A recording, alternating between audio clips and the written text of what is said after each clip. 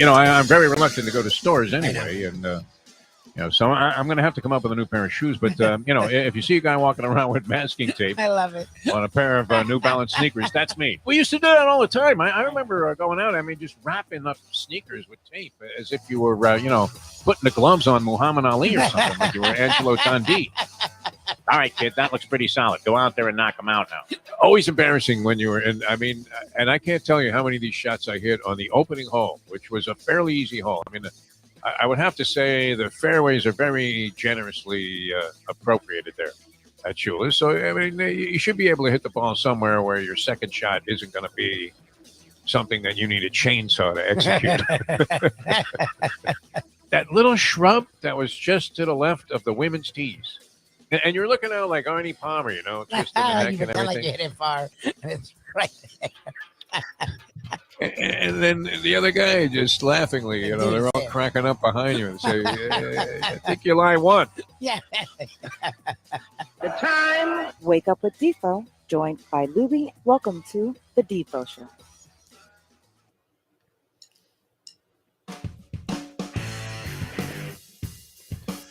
Once again, it boils down to this. Just when I thought I was out, they pulled me back in. It really worked out that way with the Miami Dolphins yesterday with a blockbuster deal, which we will discuss in great detail later on in the program. Jason Cole going to join us here on a Hialeah Park Trivia Challenge Day. We're also going to feature Dave Gurgles Gurgley in the first hour of the program. Your chance to win and challenge your sports knowledge and win fabulous stuff, including Lubie's favorite thing, a Landlubbers gift certificate that he gives away. And, of course, he conducts trivia. What night is that? Tuesday nights you're at Landlubbers? Tonight. Tuesdays I'm at Vega Lounge in Pompano Beach. Thursdays at Landlubbers in Plantation. Oh, very nice. Oh, okay. And Lenny the Chronic and his team, do they win every week, or don't win every are week. there other teams involved? For like a month and a half where they won every week, and we were trying to devise ways to defuse the bomb that was the Chronics. But since then, a lot of people have stepped their game up. So it's a nice, wide open game. It's a good time. No, are they seeded number one every time that you conduct this event? Yeah, they're number one seed. Yeah, Coach K coming in there. Wouldn't matter how bad their team looked that particular day. They could all look disheveled and looking like they were out on an all-night bender. Lenny the Chronic rolls in, and it's, oh, hey, Coach K, number one seed. No problem whatsoever. We don't care that you're 15-27. We're going to make you a number one seed. That's like the Notre Dame treatment by the football committee, right? Championship Bowl Committee or whatever that is, National Championship Committee, where it doesn't matter. Yeah, Notre Dame is like 5-7, and somehow, you know what? Look at the teams they beat, and their losses, even though some of them were by 30 points, really are more than justifiable and defendable. So guess what? They're going to be the fourth team in the National Championship hunt.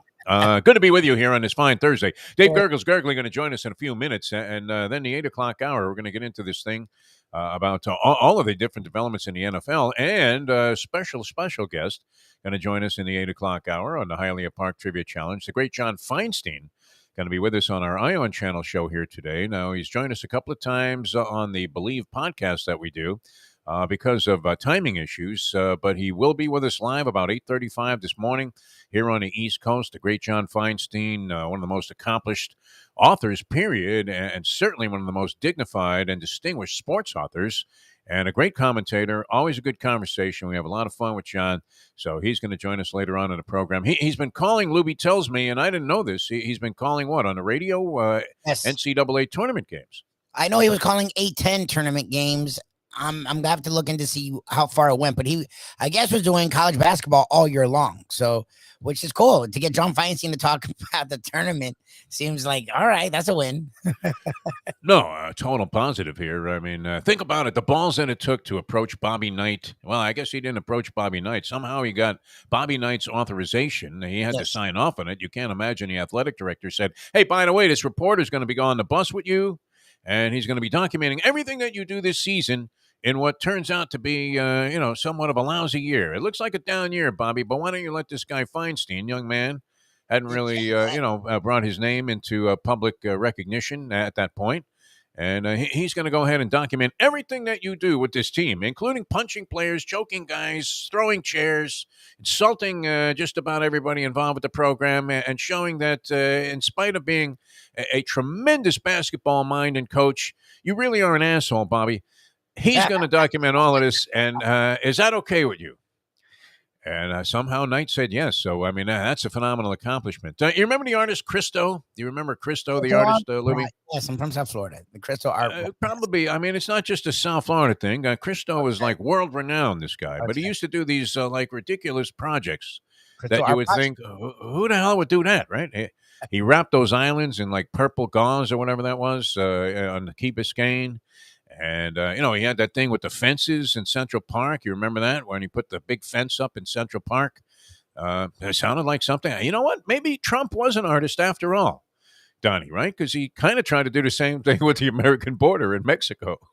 Put a little fence up there. So he might have borrowed that idea from Christo. The somewhat, would you say, avant-garde? I mean, is this guy like Andy Warhol, only with bigger toys? But anyway... he thought that part of the battle, part of the art actually was the legal entanglements that he had to resolve in order to go ahead and get the thumbs up to do his project. And I can imagine, Feinstein might have approached that in the same way, right? Wasn't part of the brilliance of that book the fact that he just got to do it in the first place? Yes, it's the access he got. It was insane. Yeah. Insane access to Bobby Knight, one of the legendary coaches. Anyway, John's going to join us later on, so we're very excited about that. Now, the phone number, if you'd like to call us, and you can line up right away. We still are stuck. How is it that we make no progress with any of the things that we're trying to progress in here? I progress. Jack's right. I mean, we're sitting here at a standstill, Mike Lubitz. How is it that we only have one phone line accessible at this point? We only can play one guy at a time. Why do we need more than one phone line? I mean, I don't even like having people on hold. That kind of makes the thing a little bit more fair. And then when we employ the random phone scrambler, it means that, you don't know. You might have been the last guy to call in. That was part of the gimmick of the game. The last guy that calls in might have a shot to actually go ahead and be the next player. And also, it's very comforting for the guy that's conducting the show to say, oh, good, we have like 5 or 6 people lined up. We don't have to schwitz. As Lubie is going through all these machinations, I don't know. Can we not just buy like one thing?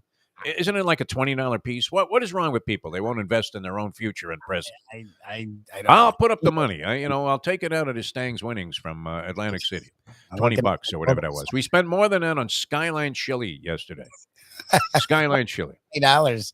It was like $100 just to get the phone line that I have, so it's more than $20. But all right, whatever it is, we have to look into it.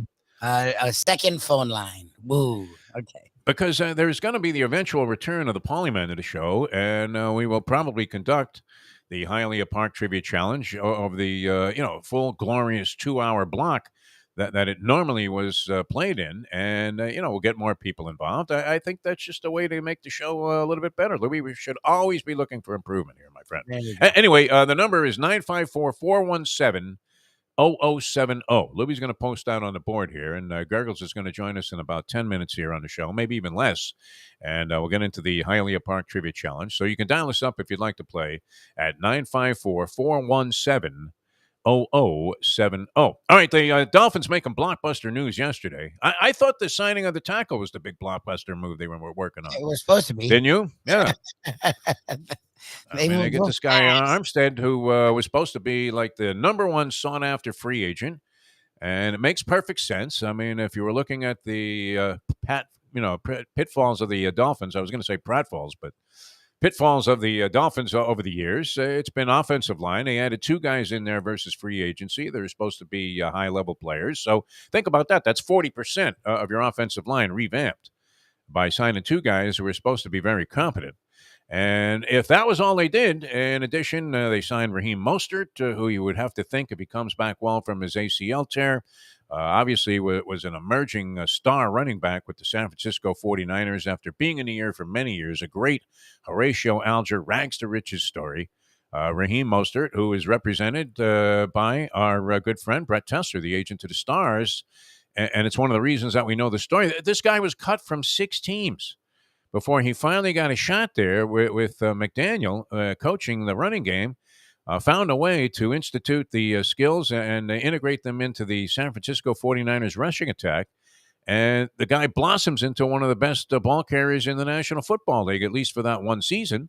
Yes. And you would have thought that he would have been able to capitalize on that and consolidate that one great year with maybe a couple more. And a couple of snaps into the season, he tears his ACL, out for the year, and now bouncing back, but signs with the Dolphins. And you would have to think that that was a positive move, because who did he have his best success with? Who recognized his talents and made use of them? Mike McDaniel. All right. Yep. So now we're starting to see a blueprint that the Miami Dolphins had laid out for whatever success it is that they can anticipate with their new head coach, who seems to be a kinder, gentler guy, a guy with a different philosophy, like a 180-degree departure from the tough, hard-nosed, I hate everybody, Brian Flores. And, it seems like maybe it would be the right direction to go in, right? Let's ease up a little bit and see what we have. They add in any number of parts that should make the team a little bit better. And then I don't know where this came from. Well, when were the Kansas City Chiefs shopping Tyreek Hill? And why would they, for that matter? The last week. Tyreek Hill. Since Devontae Adams got his deal, Hill was like, I want to be the highest paid guy. And they just unloaded on Mahomes 2 years ago. So they can't afford to pay a quarterback that much. And then they have a ton of, like, Tyrann Mathieu is a free agent now. Like, they have a ton of guys that they need to pay. So to pay a receiver when there's a really high receiver draft, it just didn't fiscally make sense. All right. And the Miami Dolphins, I mean, one of the things when they did the strip down 3 years ago was that they were going to have all this draft capital, and you were wondering how they were going to use it. And most people, I think, were of the frame of mind that the Miami Dolphins were going to just learn how to select wisely in the draft. And they had so many swings at this thing that even if they had a couple of misses, they were still going to stock this roster with a lot of really good young players that were relatively affordable. Very affordable by today's standards, for sure. And they weren't going to have to dive into free agency and spend all of this draft capital for a bunch of old geezers that might give them a half a season and then kind of fizzle out because the team had no chemistry and they were eventually going to let these guys go. We already saw that, where they signed a bunch of guys, a couple of years ago, after that first year of stripping the team down, went into the free agent market, signed a bunch of guys, and let them all go within a short period of time.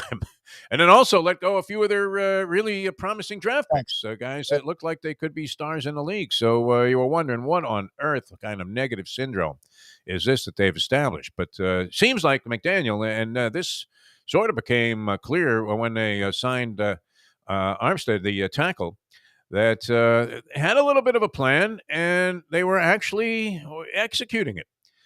Which, many people thought that the plans they had in the past, they should have been executed for. But in this case, they were making it happen. And it seemed like it was going in the right direction. But this Tyreek Hill thing is wild. I guess it's a very tangible component of what should be one of the better offenses in the league. And the only question mark remains, the guy wearing the Matthew Lesko jacket is Tua Tagovailoa, right? He's got the question marks all over him. I would think, though, and think about how Tyreek Hill was a bailout element for Patrick Mahomes. Mahomes would be making a totally goofball play, running around back there like Fran Tarkenton and with no particular idea in mind of what he was going to do. And then all of a sudden, he'd throw a dump pass to Tyreek Hill, and the guy would go 78 yards for a touchdown. Yes. And everybody would be going, whoa, look at Mahomes. Yep. But the truth was, this guy was a great bailout. I mean, he may as well be known as the bondsman. That's going to be his nickname here. He is bailing out guys, and I think he bails Tua out of a lot of the questions that are being legitimately asked about whether or not he is a high caliber NFL quarterback. I thought Tua was going to be a better runner in the National Football League, but he doesn't really take off and run a lot. And when he does, he seems to do so with some hesitancy and maybe a lack of conviction, like some of the people we've been talking about here that might be participants in the show. Just a lack of conviction. You're either in or you're out, right, Lubie? Isn't that the way that life should be? You're either in or you're out. Yeah, I'm here. That's the way it should be. I mean, people need to understand this, right? Enough, schmanking around here and saying, okay, yeah, we'll do this another time. We're going to get right to business here today. I could go on about this, and we will.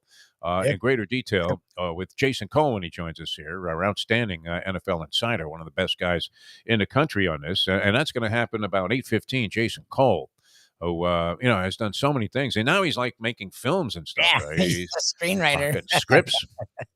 That one's bought. It does just about everything there is to do in journalism. So why not? Go ahead and make a movie. Jason Cole going to join us later on. John Feinstein also, and I would imagine he'd have some kind of commentary on the happenings in the National Football League as well. But we're going to zero in on the basketball tournament, which cranks up again today, Lubie. I can't believe it. It's already like the second go-round, second week of the NCAA tournament. We, of course, have our beloved Jim Larranaga's Hurricanes involved on Friday in the last game that'll be played on Friday night. And they take on Iowa State with an excellent chance to move on and either face Kansas or Providence for the right to go to the Final Four.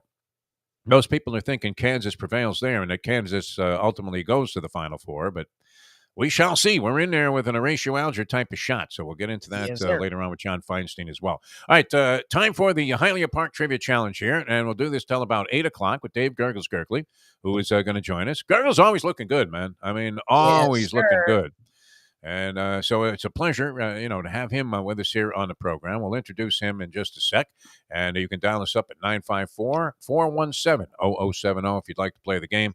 I'm Jeff Deforrest. He is Mike Lubie. Lubitz, Hialeah Park, of course, always a great place to go. And I would imagine Gergles will nod in agreement here, as it's great to have him on screen here on ION Channel. One of the many people that has gone out of his way to make sure that this You're hammering this show is produced in its full visual splendor. And we certainly appreciate that. He's making great efforts, going to great extremes to help make this happen.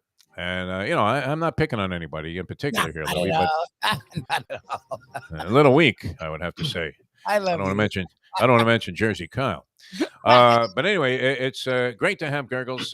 Dial us up 954-417-0070. And we always are happy to represent Hialeah Park. Another one, Lubie, another one on the Royal Reels, taken down $38,000 yesterday. $38,000. Okay, $38,000. I mean, you know what? This makes the Stangs a measly $10,700 score look ridiculously poor in comparison. And we were thrilled with that. Imagine walking out of there with 40 times. That's fantastic. That's the way it's going in the casino in Hialeah Park. Of course, always a great time. I mentioned, and I said this, if it was to one person, it was at least a dozen, that the Champion Simulcasting Room in Hialeah Park is as elegant and maybe even a lot more comfortable than a room that is really well designed for simulcasting, the Borgata Racebook. One of my favorite places to hang out there in Atlantic City, which it's the only place now that features simulcasting there. But, wow, you can go to a few places here in town, but there's nothing like the simulcast room at Hialeah Park. You're going to love that Champion Simulcasting Room. I know Gergles is a big fan of both hanging with the fans at the bar there with El Capitan. Come on with that four. Come on with that four.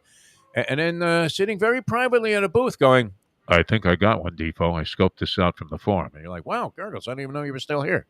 So you can have it both ways. You can sit in privacy and enjoy yourself, or you can go party with all the people in the Champion Simulcasting Room. Of course, the poker room is top-notch as well. Very, very professionally run. I've got a pair of pocket aces, by the way. Oh, great. You're going to love that. And you can watch all the games down there, too, while you're taking part in any of these gambling endeavors. So you're going to love it. Get a player's card as you come through the door. A lot of great food and drink. Great vibe there all the time. It's beautiful. Hialeah Park. And we recommend you clear your social calendars and plan a visit to Hialeah Park in the very, very near future, if not today. All right, coming back in just a few minutes with Dave Gergles-Gergley and our game of the Hialeah Park Trivia Challenge. So some very, very difficult questions, I would imagine, coming from Gergles today. Gergles, do you have like tournament stuff?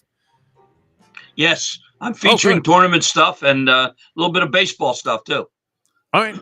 Sounds fantastic. All right, we're going to come back with Dave Gergles-Gergley and the Hialeah Park Trivia Challenge in a moment here on the Defo Show on ION Channel, where you can be crowned a champion. Now that. The time. It's 7:20. Poker is your game. You're covered in style. And you can play all your favorite Vegas-style games, including blackjack, craps, and roulette, in Hialeah Park's sizzling hot casino. Get a player's card when you walk through the door for all kinds of generous amenities, including our favorite, free play, when you come out to the ultimate casino and entertainment destination, Hialeah Park. These days, we're all looking for comfort anywhere we can find it. Thank goodness for Landlubbers Raw Bar and Grill in the Plantation location, because they are making sure you are as comfortable as possible. You're going to have the best wings in the world. You're going to have a great burger. You're going to have their amazing soups. Again, Landlubbers Raw Bar and Grill. It's nice and easy. Just go to landlubbersbarandgrill.com for both your pickup and free delivery. Thank goodness for Landlubbers for making you always feel right at home. Catholic Health Services is committed to care that changes as your needs do. Our full continuum of services is designed to be there throughout your care journey. If you need assistance with daily living, post-acute care following a serious health event, or additional medical care at home, we also offer skilled nursing and palliative and hospice care. Your care needs may change, but our commitment never does. Catholic Health Services, South Florida's #1 choice for post-acute and end-of-life care. Visit CatholicHealthServices.org. Jim Larranaga, we love you, Jim Larranaga. Coach Larranaga, won't you do us a favor? Bring us a winner, one stinking winner.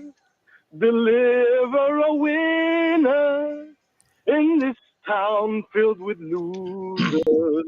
Buenos dias. The cafecito is piping hot. Why not enjoy it with Defo and Lubie? It's now time for the Defo Show.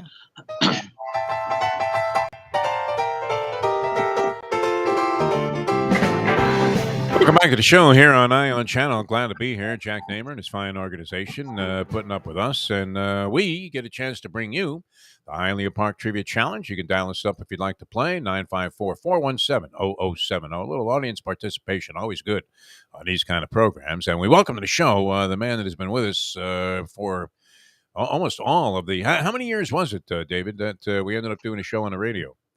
Did we ever have an official count? 26 we're heading into, I think, right now. 26 years of this? Our wow. Our scorekeeper has not been able to join us lately. Well, not only that, but he's been, you talk about Richie Incognito maybe coming back to the Dolphins. This guy is Incognito and has been. I spoke to him. Yeah. Oh, yeah? How's he doing? He's doing fine. He's on, I told Mike last week when you were in AC, he's doing the highlight and he's on something called Twitch right now. Oh, yeah? In the past, I think Twitch to him meant when he saw somebody owed money behind a beam. He used to twitch a little bit at the mere mention of the name Vito for some reason.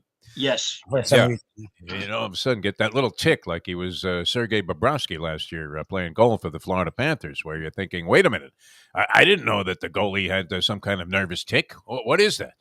And it used to come at very inappropriate times, like when a shot was coming by his earlobe there. Gurgles, how are you? I mean, what have you been up to? I've been busy as heck at the golf course. We're very busy.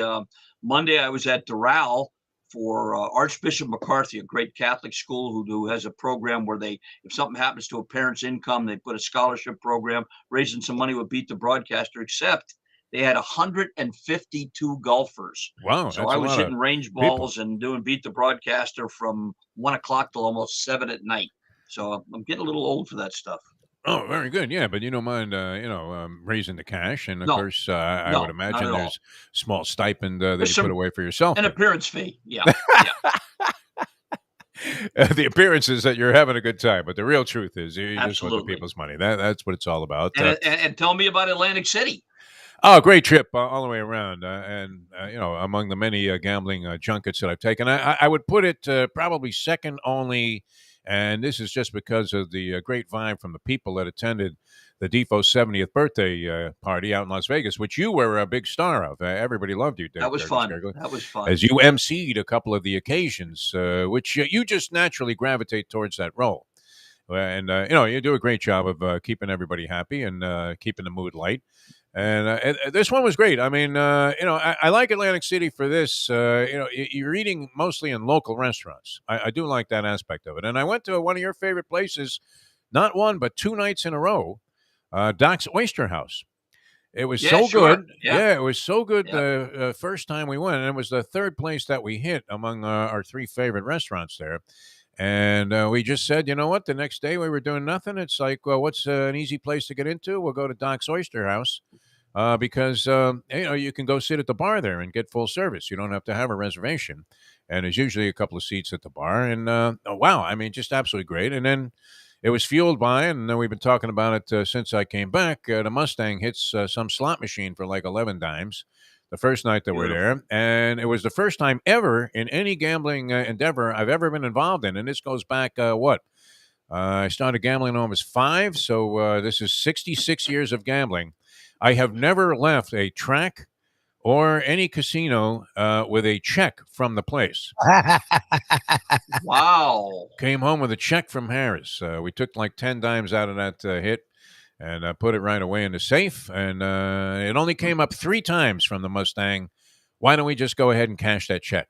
Good for you. Good for you. Which we still had dough. It was great. Good for you. And then I was telling a That's story great. about how I scoped out some criminal activity, or so I thought. It turns out I was probably dead wrong about all of it. But and I ended up betting $20 to win and a wheel and doubles and exactas of a 55 to 1 shot who did win, which got me out on the last day. So even though it was minor by comparison to the score of the Mustang, I ended up overall on a 5-day trip ahead of the game. So very, very unusual to have, gambling for 2, as we say, is not like eating Chateaubriand. You know, I mean, gambling for 2 is something you just never want to do. I mean, when the source of the money is largely yourself, since the wife hasn't worked in about 7 or 8 years. All right. Speaking of working, I mean, are you ready to go to work on this thing? Well, we have players already lined up. Absolutely. And we're going to do this till about 8 o'clock, and then we're going to transition into some other stuff here. We have some illustrious guests, including Jason Cole and also the great John Feinstein going to join us here on the Hialeah Park Trivia Challenge. So, Gurgles, I mean, here's a perfect opportunity to pay homage to one of the greats of all time, and one of our favorites, who has vowed. I did speak to this gentleman last week, and I was telling him some story about the Atlantic City trip, and he says he's coming back, that everything's going well. So the Polyman, we pay homage to the Polyman. As Gurgles, you're going to start us out with the traditional fashion and some easy baseball. This catcher and funny man on the trials and tribulations of matrimony says, now these days it's tough to stay married. My wife kisses the dog on the lips, yet she won't drink from the same glass as me. What's that?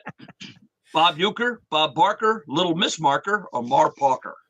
It is weird with certain people, right? Where they, I mean, no matter how much spit you were swapping the night before and whatever else, they get angry the next morning when you use their toothbrush. Right? You're like, I forgot to bring one, right? You're on a trip. All right, let's roll the random phone scrambler, and we'll select our first player on the game.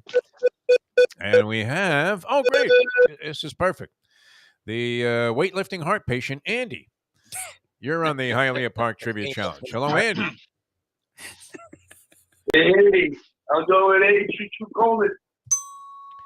Excellent job. Very well done.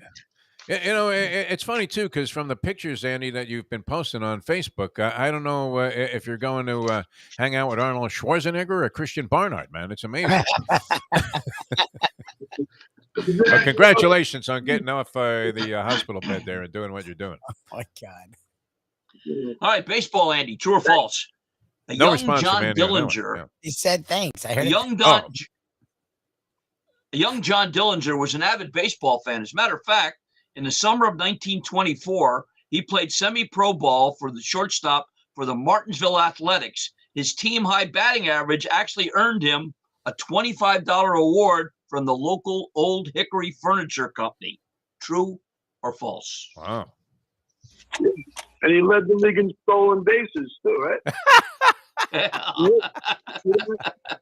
That's good. I'll go true. It is true. Wow. He was a minor league baseball player. That's right. A veritable Lou Brock. Excellent reference there by Andy. All right, 2 for 2, Andy, going for 5. All right, let's go to March Madness, Andy. That's the time. Which team won both their semifinal appearances and championship games in triple overtime to take the title back in the 50s? Wow. So they won the semifinal and the championship game, and both of them went triple overtime. Was that UCLA, Kentucky, North Carolina, or Indiana? Wow. I was going to go with CCNY, but That's earlier. I'll go with Indiana. That's what I would have said. No, it was North Carolina and Len Rosenbluth who beat Wilt Chamberlain's Kansas team in the finals in triple overtime. Wow, good question there. Dave Gurgles Gurgley. All right. 2 going for 7 here, Andy, and this obviously set the pace in today's edition of the Highland Park Trivia Challenge. And let's go to one of Jeff's favorite sports, and it's topical right now, tennis. The history of the Miami Open, the now Miami Open tennis tournament, dates back to 1985, when the first men's singles champion was Stefan Edberg, Tim Mayotte, Yvonne Lendl, or Mats Wilander. I think I know this. Okay. I don't have. Andy, you want to phone a friend? No, but I'll go with. I've been doing some statistical analysis on your fourth question over the years, and it's A. He says A. Well, I believe it's B. Apparently, it is Tim Mayotte. You know who he defeated? Come on. Gargles, he beat Yvonne Lendl. He beat a very upset Yvonne Lendl. No, he beat Scott Davis after losing the first 2 sets, 4-6, 4-6. So, wow, and that was, I think they played 2 out of 3 until the final when they went 3 out of 5 at the very beginning of the what is now the Miami Open. Stephen Ross was sitting right courtside last night for the Kyrgios match as he was taking on this guy Manarino, who I saw play in Del Rey. I don't know how the match ended up. I fell asleep before it was concluded, but looked like a very happy man, this Stephen Ross. Yes. Sitting there. Apparently, from what I understand, historically, this is the greatest acquisition we've had from Kansas City since we got Wahoo McDaniel. Was he a Chief? That seems... He was. He played with Curly Culp. Yeah, it seemed, very appropriate, obviously, since he was known as Chief Wahoo McDaniel. I remember him as a Jet. Or was it, he might have been with the New York Titans before they were called the Jets, Chief Wahoo McDaniel. I remember him playing in New York. Great. Could you be any more of a professional athlete, a 2-sport star, than to be in professional football and professional wrestling? How could you possibly qualify, as any more of an athlete if you could combine? Hey, never mind Deion Sanders. Yeah. Oh, yeah. Kim Bokamper was ranked 499th in the world. All right, dial us up if you'd like to play. Yeah, we have Andy, who did not qualify for the finals, but nevertheless, you're never out of it in this game. Dial us up if you'd like to play at 954-417-0070, 954-417-0070. I know you like Cinderella stories. Are you digging St. Peter's in the tournament, Gurgles, or are you following it at all? Yes, as a matter of fact, a mutual friend of ours, Fernando, the bartender at Silks at Gulfstream, his brother was a St. Peter's graduate who's now a doctor in San Francisco. And when I saw Fernando last after the first round, when he came up against Murray State, was it Murray State? Yeah. He asked what the money line was, and I think it was maybe plus 300 or something. So he bet him 3-1 in the second round on the money line. Good for him. That's a good call, yeah. I mean, especially after the fact, since we know they won. But we had Brandon Lang on our Believe podcast, and he was saying, are you going to bet them against Murray State after they knocked off Kentucky? He was saying you don't beat Kentucky by luck across 40 minutes. You have to be a pretty good team, and if you were good enough to beat Kentucky, then you certainly would be good enough to beat Murray State. So a nice deduction, although most people think that this is the end of the road. The interesting thing about the whole thing was that the Hurricanes, after winning their 2 games, sort of improbably, they were 7.5-point dogs in the second round. And sure enough, I mean, how fortunate could they get then to have another Cinderella zip into that spot there for a chance to maybe make it to the Final Four instead of having to get by some heavyweight? They have to get by Iowa State, a team that was a 2-win team, I think, a year ago. Iowa State won only 2 ball games all of last year, and here they are under a new head coach. You think he's good for a 12-year extension? I think that's probably coming shortly after the tournament is concluded. All right, dial us up if you want to play, 954-417-0070. Ready to go. Andy fails to total some worthy of being in the finals, but still may make it anyway. And right back to the questioning with one Dave Gurgles Gurgley on the Hialeah Park Trivia Challenge. All right, this is rather appropriate based on your recent trip, and it's an NBA question. This former Philadelphia 76er, when asked what his favorite seafood was, thought for a minute and said, I think it's saltwater taffy. Caldwell Jones, Jerry Jones, Nora Jones, or the late, great Sam Jones. A lot of the shops were open there on the boardwalk. It was a pretty nice day. We finally got on the boardwalk and out of the casino on the fifth and final day we were there. We spent an hour outside.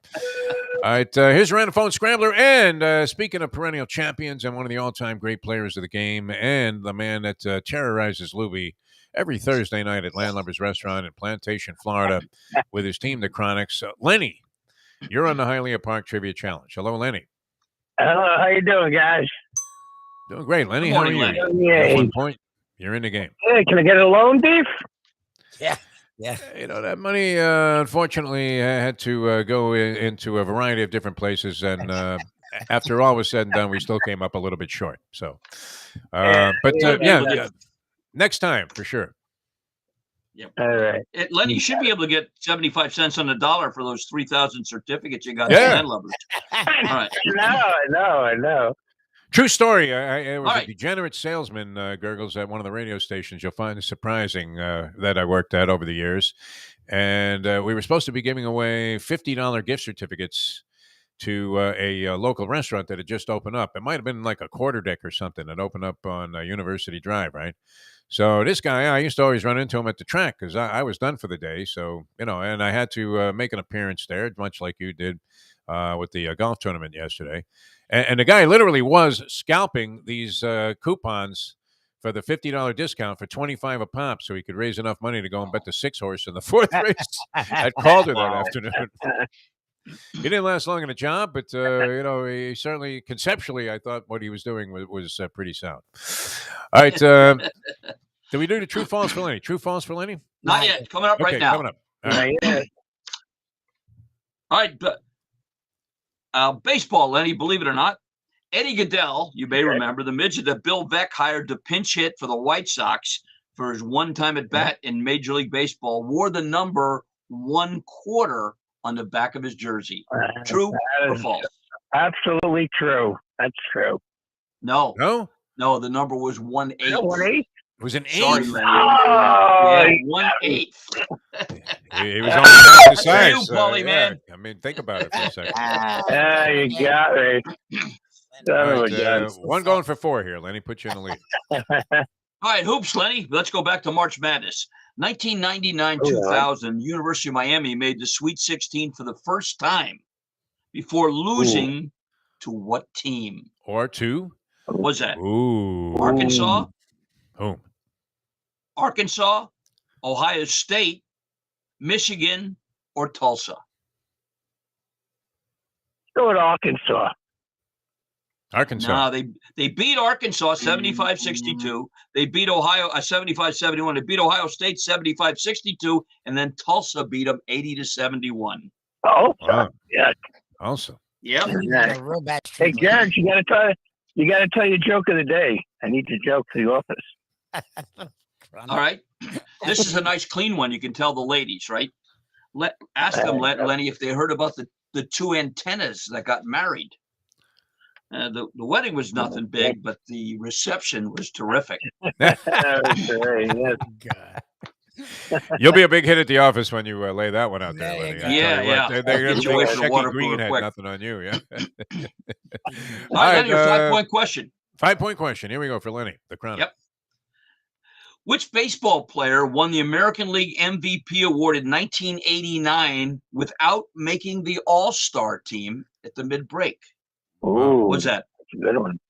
Robin Yount, Ferguson Jenkins, Kevin Mitchell, or Jose Canseco?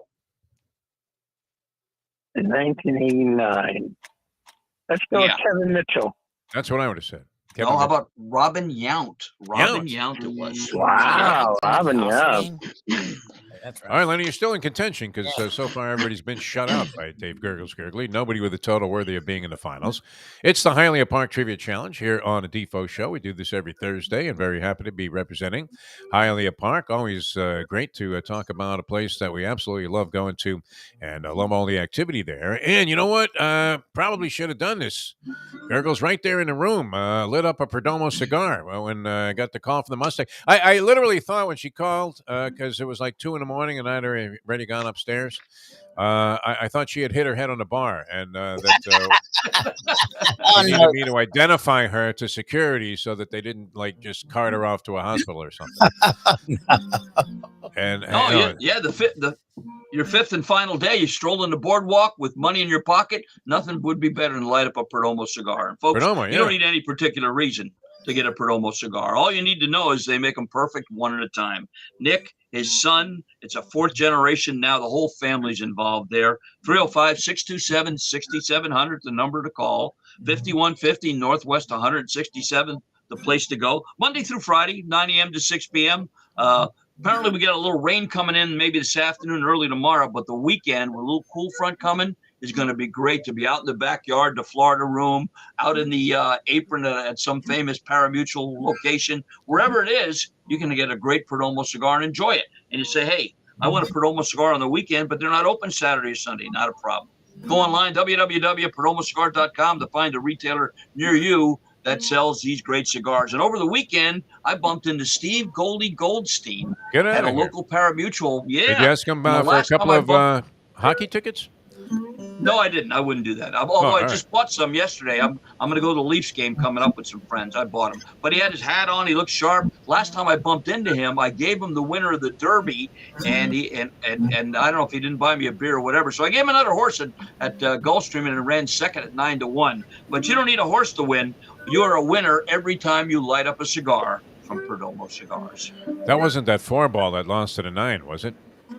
No, it was the 6-ball that lost to the 9 last. It was they put Jose Ortiz on. He came up the rail on the grass, and it was Bergeron, and he finished second at 9-1. It was a tough loss. Oh, all right, because I took a very tough beat with a 9-1 shot given out by one Jersey Kyle Martinez, and I thought the horse won. It was one of those deals where you thought you won. And you couldn't believe, you were stunned. And the guys next to me were saying, oh, no, it looked like the other horse, which was the 9 in this case, got a nose down. I'm like, no, are you kidding me? I've watched a million races. I know what I'm talking about. Only to look like a schmuck a few seconds later when my $20 exacta turned into a $1 reverse exacta. And, it paid fairly substantially. It would have been just as good the other way. All right, more of the Trivia Challenge coming up. We'll play more guys and then have the finals coming up. So far, everybody eligible. You're not on the also eligible list. You're in the race here on Ion Channel. Jack, he wouldn't have it any other way than to have the most. This is more exciting, this particular game, than I think any of the Sweet 16 games will be, including the Miami Hurricanes. I can say that without any qualification or show bias here. So you can dial us up at 954-417-0070, and we'll play as many as we can before we hit the wire. You know, the Wireman is now a restaurant manager at Lauderdale by the Sea at a great Vinny's, one of the places we talk about quite a bit. The Wireman. The Mixter? No, the Wireman. The guy that was always screaming at the track. Wire! Wire! You can hear him from he could be in the upper level. Yeah. I just heard from the Mixter the other day. Oh, yeah? Yeah. What was he playing he golf? said something about buy DeLorean stock. I don't know what he meant. I didn't pay any attention. Take off again. I'm telling you what, John was onto something with those doors that open like wings. All right, coming back with more of the Trivia Challenge. We'll play more guys and/or women if you'd like to call in. That'd be great. In a moment. Now that. Don't get Jason Cole on all of his football activity. John Feinstein going to join us later on. It's 7:45. Tony Segreto here. Let me ask you a question. What do you look for when you go out to eat? Good food, obviously, friendly atmosphere, not too loud, but good energy, reasonable prices, and a place where you feel comfortable. You're talking about the Texas Roadhouse. Good for a family, good for a date, or just a night out for yourself, and prices that will make you extremely happy. Their ribs unmatched, steaks hand cut every day. Everything, and I mean everything, is made on site, including their incredible bread.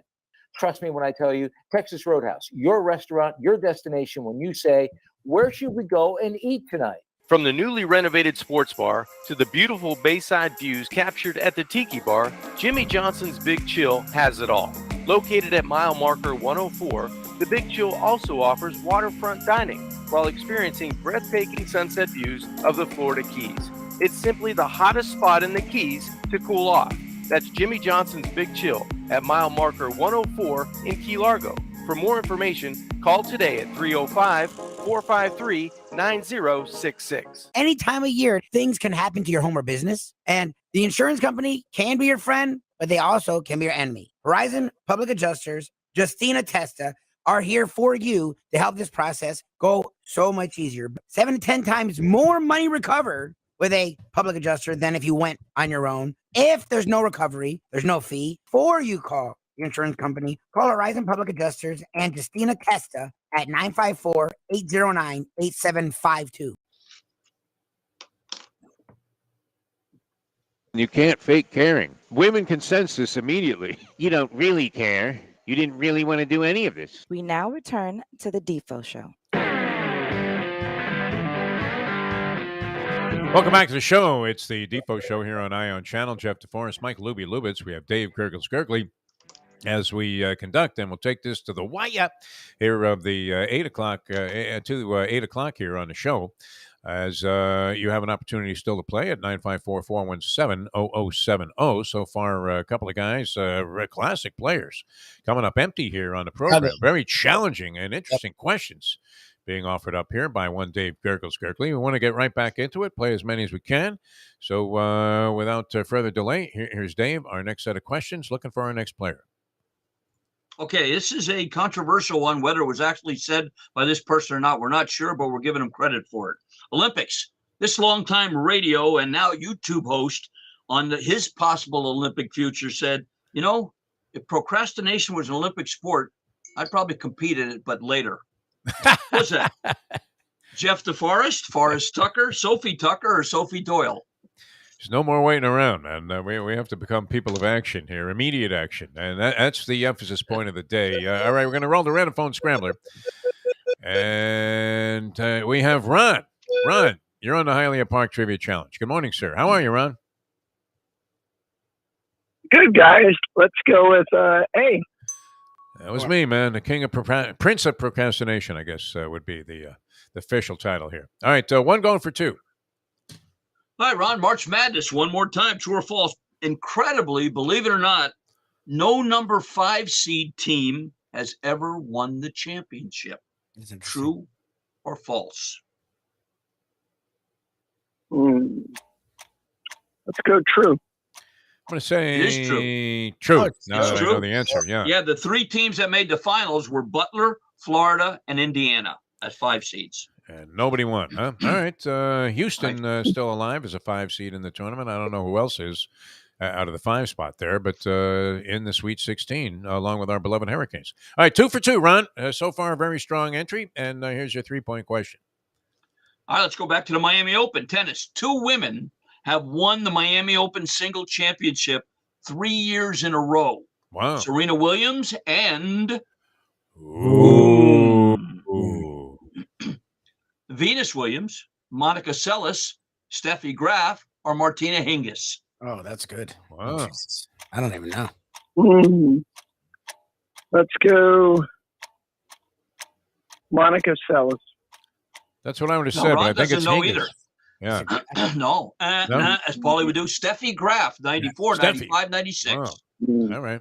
That was very early on. All right, you're going for 7 points here, Ron, and you would be in the lead. That was actually the 5-point question. Oh, that was? All yes, right. yes. I lost track of time. Are we on that big a delay? Yeah, I think so. Yeah, your mouth is moving, and then like a couple of split seconds later, here comes the sound. All right, let's go to the finals. What do you think, Mike Lubie? Right. And while Lubie sets that up, and we'll spin the scrambler, select 2 of the people that played, and we'll match them up for the championship. And one more time, Perdomo Cigars, Dave Gergels-Gergley. Perdomo and our good friends at Hialeah on April 18th. Yes, we have the 49th annual Boy Scouts golf tournament here. It's named for the late B. Graham, who would have been a contemporary of ours, who was part of the Graham family, and it sponsored the Boy Scouts forever. And I talked to Frank Fiore, Hialeah Park, always jumps in and sponsors it as well. Oh, nice. So one special thanks to Hialeah Park. I'll be there probably maybe later Saturday afternoon for the Louisiana Derby. We'll see. But I'll probably have a cigar with me, no doubt about that. And in between races, I'll walk out front where the flamingos fly and enjoy a great Perdomo cigar. You don't need to be at Hialeah Park. although it's a great spot to be at to enjoy a Perdomo cigar. You can do so 305-627-6700, 5150 Northwest 167th Street. Go see Nick and the gang and tell them we sent you. And go into that humidor the late, great Mad Dog built. And their selection of cigars is second to none, as is the quality. So today, tomorrow, or the weekend, put something great in your mouth with a cigar from Perdomo Cigars. Do you, as of this time, Dave Gurgles Gurgley, have a Derby horse in mind? A Derby horse, talking about Kentucky Derby? Yeah. I'll tell you what, the Causeway horse that I saw win at Tampa and then came down here and won looks Great awfully, Causeway, I think, was the name of the horse. Great Causeway. Yeah. I saw him at Tampa, and he looked tough. But I off the top of my head, I don't. Although this weekend is you're probably the best line I think I've ever heard from you. Yeah. And it's when if it's Cap Day in Dubai. In Dubai, yes. And the big race to Dubai this weekend too. So with Life is Good and all kinds of horses. So that's busy. But the Derby horse, I don't have one yet. That's where we need to bring in our esteemed colleague who is missing in action, the Paulie Man, for that. There was that time I hit 4 in a row. And after that, it didn't go so good. It didn't go so good for me either. But I think I can make a comeback now, seeing things more clearly. Paulie Man, I miss yeah, we missed the Paulie Man. I mean, yes. And of course, the originator of the Paulie Man. I got 1,200 reasons I miss the Paulie Man. Different approaches to your various interests in the Paulie Man. All right, we're ready for the finals here. The Scrambler has connected with. Well, they were tied. There's no need for a Scrambler. Andy and Ron were tied with 2. So. Oh, okay. Because we usually don't revert back to that. I mean, the 2 is just a qualifying score. And you have to get past that to actually, I mean, this has been part of the rule. It's like the 3 knockdown rule. Maybe it's time we changed all that. All right, so we have the 2 high scores so far. We have the Ovechkins of the tournament so far, and they're going to square off for the finals. And the way it works, guys, Dave's going to fire off a question. Call out your name if you'd like to answer right away. If nobody answers right away, we'll offer multiple choice. The first person to call out his name gets first choice. We go back and forth, back and forth, back and forth until we have a winner. Good luck to both Andy and Ron for the championship and the distinction of being a winner on Ion Channel, which everybody's a winner on Ion Channel. But this is a special category, champion of the Hialeah Park Trivia Challenge. For the championship, here's Dave Gurgles Gurgley. Good luck, guys, and we'll stick with March Madness. Here's your bonus question. What is Bob Bender's March Madness claim to fame? Bob Bender. All right, here are the choices. Okay. A, he was the first coach to take 2 different teams to the Elite 8. B, he's the only player to win a championship with 2 different teams. Wow. C, he's the Final Four referee who was the first to use instant replay to review and reverse a play. Or D, he's a songwriter who penned the theme song, One Shining Moment. Huh. Anybody? I'll let Ron go first. Ron? You have to take a stab at a choice, though, Andy, to bring that about. I love that he said, I'll let Ron go first. Yeah. What is that? C. You can't defer in this game. Ron said C, Gerg. C. Who said C? Was that That Ron? was Andy. Ron That was Andy. said C. I'm giving it to Ron. Ron said C. Ron? All right. C. Ron said C? Okay, Yes. That's wrong. So the final 3 choices. So A, the he's 3 the left first for coach to Andy? take- How did that come about, man? I don't know. I gave him a loophole. That's the last time, Andy, there, piece of work. Seems ridiculous. Yeah, go ahead. That's This like game is under castling in a investigation. chess game. Wow. A, he's the first coach to If take you 2 thought, different if you teams to thought the Elite 8. if you thought the 4th race at Laurel on Sunday should have an investigation, this game Wow. is now under investigation, Gurgles. All right, what are the other choices? The again? Argentine Tango Finals. Here we go. Wow. A, he was the first coach to take 2 different teams to the Elite 8. B, the only player to win a championship with 2 different teams. Or D, the songwriter who penned the theme song, One Shining Moment. I'll go with that. He was a player on 2 different teams at once. Yes. That's right. Wow. He won a championship with Indiana and then transferred to Kentucky. And What that a is courtesy strategy, of the man. late that is courtesy of the lovely and talented Leslie Visser. Oh, nice. Excellent. Yes. Wow. Great Good luck, source you for guys. that question. Thanks. And that way we also can vouch for its accuracy. Yeah, As exactly. opposed to, some of the ones we the don't time have. the auction man said that, what was it? Rocky Marciano invented the fax machine.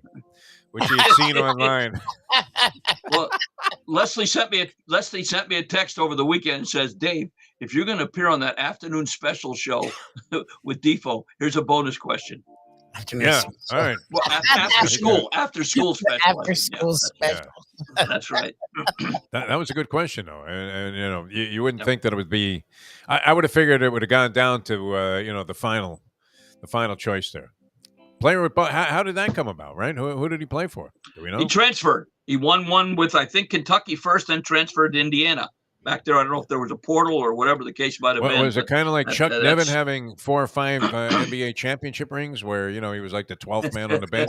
It just happened to be with like the Spurs when they were on a roll, and then he moved to the Bulls. The guy, a complete gawk. I mean, in the same category as Mel Counts among all-time big white stiffs. And nonetheless, 5 or I think, how many did he win, Chuck Nevin? Did he win like 3 or 4? I don't know. Like 6. He's got some phenomenal number of rings. It's like John Sally having 5 rings. Yes. That kind of thing. Yeah. That's right. Yeah. All right, Dave, you have a great week. A fine job today on the Trivia Challenge. Really enjoyed having you we with will us. catch up eventually. Yes. We will all be together once again somewhere. Next week, we'll have some Florida Derby questions for sure. Okay, sounds good. And come up with a Derby horse. That was not an overwhelming endorsement, resounding endorsement for Great Causeway there. No. You're right. I was struggling to come up with a 3-year-old too. All right, Dave Gurgles, ladies and gentlemen. I think I like that one. Yeah. We love you, Gurgs. What happened to the Perdomo play of the day? He used to kill it. The Perdomo play of the day was a monster. I don't know. Maybe because we're doing it on Thursday. That could be, see, because Gurgles is a Saturday track guy. That's his day to go to the track, Saturday. And if he wins, he goes back on Sunday. And if he wins that day, then he's there on Monday betting parks and Mahoning Valley because he's a sick degenerate, just like the rest of us. All right, don't forget about Jimmy Johnson's Big Chill, man, mile marker 104. Now, this is supposed to be, Lubie, according to the weather forecast here for South Florida, in the South Florida area and the general vicinity here of the southern part of the state, which the Keys is the southernmost part. Yes. The weather this weekend is supposed to be absolutely glorious. Like the greatest 2 days of weather in the history of Florida are coming back to back, my friend. Nice. That's just good. in time for you to sit inside all day with your little cell phone out, watching on that mini screen the NCAA basketball tournament because you are that kind of sports fan. I, however, am no longer in that category. I will be at a beach somewhere, soaking up the sunshine, and what could be better than being at Jimmy Johnson's Big Chill, mile marker 104, the Overseas Highway. If you were going to plan a weekend to be down there this weekend, at least according to all weather reports. Now, it probably end up, where we have massive tornadoes and lightning strikes. And like that. I was going to say, I'm glad you're getting behind this weather.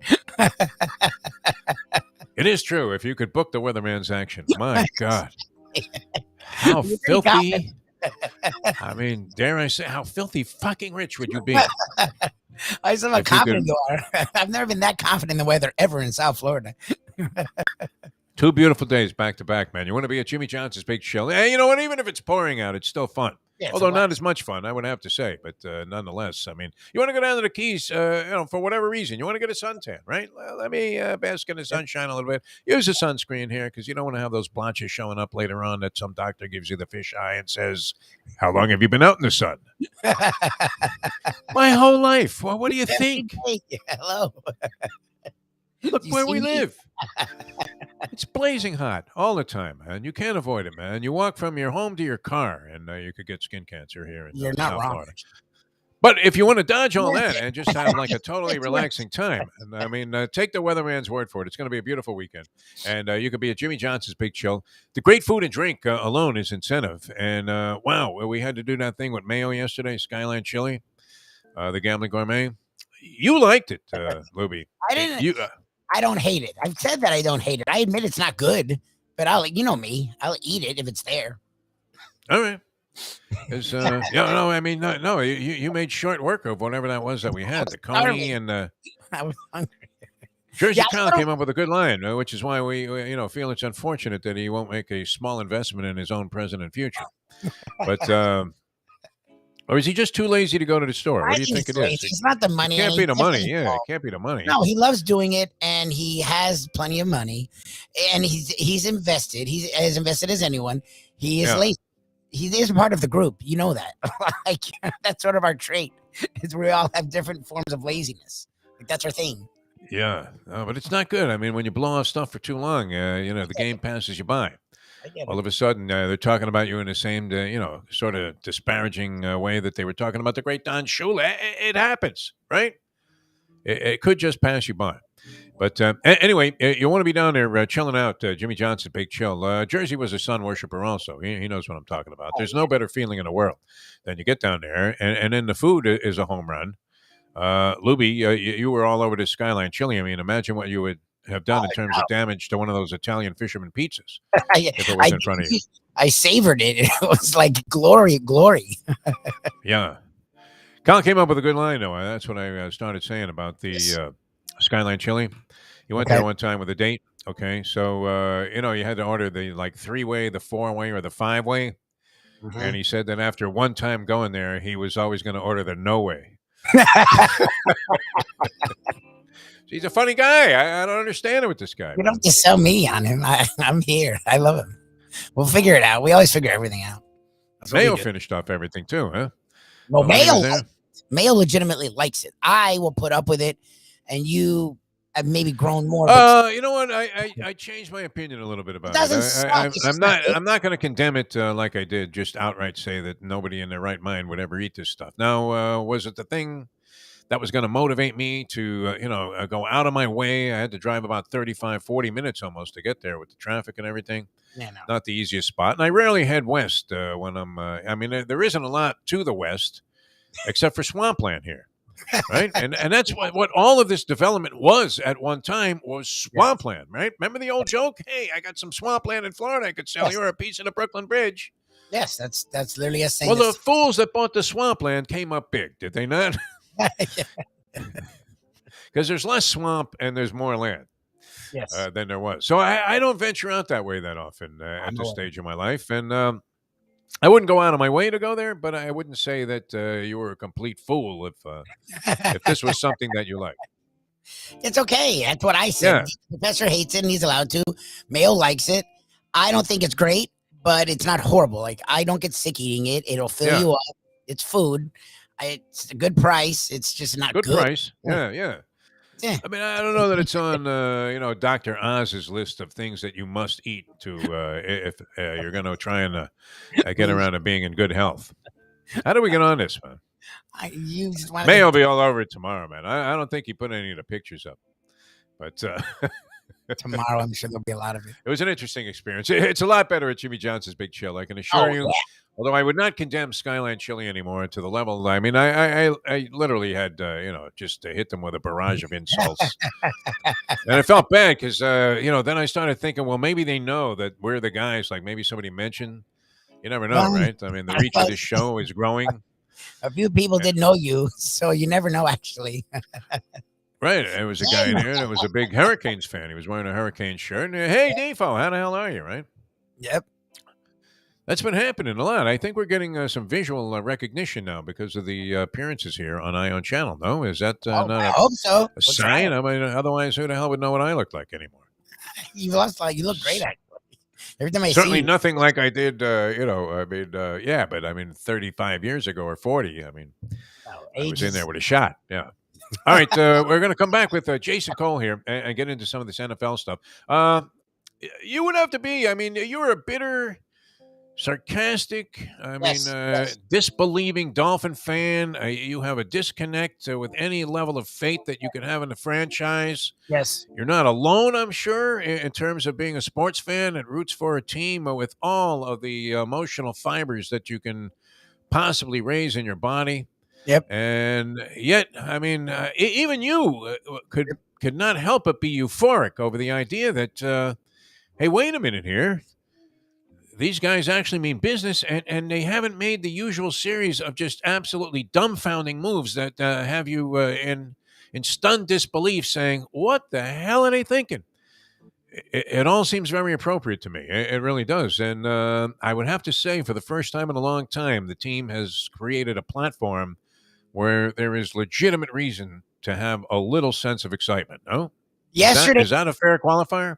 Yesterday proved to me that I am actually not as negative as every South Florida fan. I thought I was as negative as it gets. I mean, I own it. You mock me for it. The professor does too, and you're both right. I own it. I'm very negative about my own teams.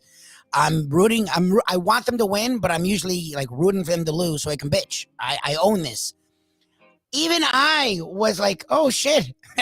Like, even I was like giddy, and I still found people who were like, well, it's like, you can't well this. Okay, I get it. No. He's fast and he goes deep. First of all, why are you looking for the negative in this move? The Dolphins just got the most electric player the NFL has seen since like Barry Sanders. The Dolphins just got a guy who's a top 10 player in the NFL. The Dolphins just got a top 3 wide receiver. The Dolphins just got a guy who's been in the Pro Bowl every single year of his career. And the Chiefs, who are great without him, are still missing him. How do you find the negative there? Like, come on, guys. Like, once in a while, you can just go, good for them. But if you look at what happened here, and Tyreek Hill, I mean, they'll hand the ball off to him too. I mean, you started thinking, here's a lightning fast Deebo Samuel weapon to put in there with this Mike McDaniel, who obviously, had something to do with this whole concept that they came up with in San Francisco, where they were running the ball and winning with Jimmy Garoppolo at quarterback. I mean, the one-arm man and the fugitive had more steam on his passes than Garoppolo did last year. And he was, which arm was missing on that guy, by the way? Does anybody remember? I know your references. I want to say it was his right arm. The one-arm man was missing his right arm. As Garoppolo was. I mean, it's a fair parallel. I believe that to be true. We'll run that by Jason Cole. We will. You have questions about Tua, and they're legitimate questions, but this is what we wanted. Or people like me who believe in Tua wanted this. Like, give him talent, and we'll see. Either he succeeds like I think he will, or he'll fail. But either way, now you know. Now, like, to me, they gave him nothing before. To blame him was stupid. Now, there you go. They did everything they could. No, this guy automatically... Yeah, Tyreek Hill's skill set automatically makes whoever your quarterback is a notch better. I mean, you could have the worst quarterback in the league, and he is going to at least be a notch better. Now, Tua's shown signs that one of the things that he does well is zip those accurate short passes. Yes. He's very accurate. Now, what do you need to do with Tyreek Hill? He doesn't have to be 5 yards behind the defensive back. All you got to have to do is get on the ball. And then you have Jalen Waddle, who is a Tyreek Hill sort of weapon and demonstrated that in his first year. I mean, if you compared the first seasons of Tyreek Hill and Jalen Waddle, you would probably give the nod to Waddle that he had done more. I don't remember what Tyreek Hill did in his rookie season. He was a 5th-round pick out of like a schmink school like Western Alabama. No, it was Oklahoma. Well, he went to a few. He has issues. His problem isn't talent. Yeah.